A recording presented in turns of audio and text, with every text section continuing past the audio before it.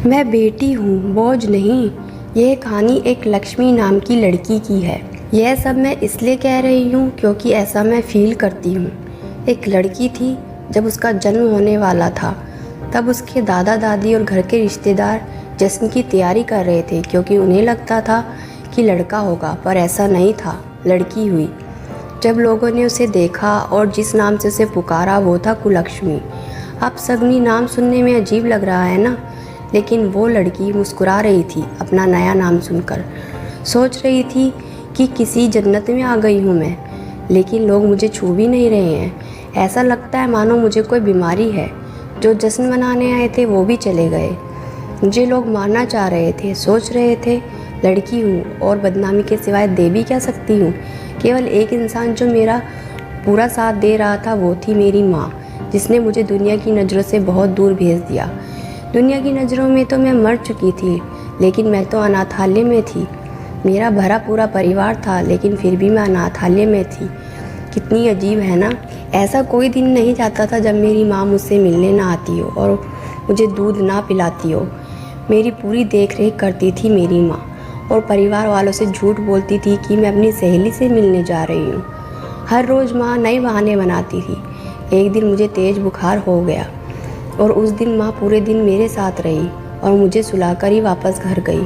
पापा ने पूछा कि इतनी देर कैसे हो गई, तो वो बोली कि मेरी सहेली की तबीयत ख़राब थी और मैं उसकी मदद कर रही थी। पापा ने गुस्से में उस दिन मम्मी की पिटाई भी की। माँ दर्द सह रही थी, लेकिन फिर भी मुझे छिपा रही थी।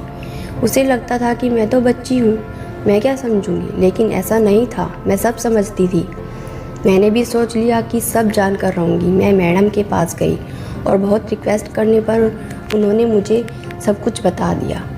यह सब सुनकर मुझे बहुत गुस्सा आया। मैंने तभी सोच लिया कि कुछ अलग करके दिखाना है। कुछ बड़ी हुई तो मैंने बॉक्सिंग क्लब ज्वाइन कर लिया। जब 18 साल की हुई तो मुझे स्टेट चैम्पियन का खिताब मिला।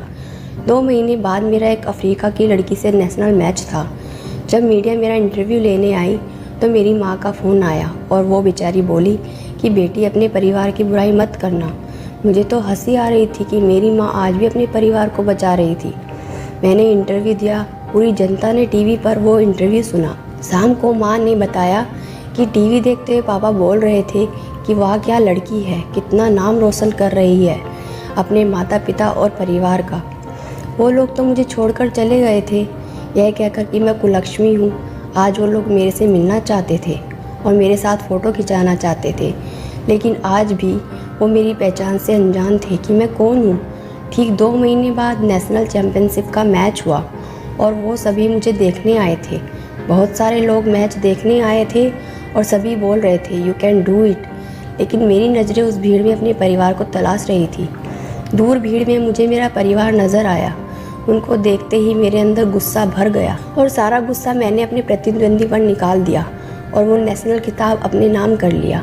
फिर क्या, सभी मुझ में इंटरेस्टेड हो गए। लोग मुझसे मेरे परिवार के बारे में पूछने लगे।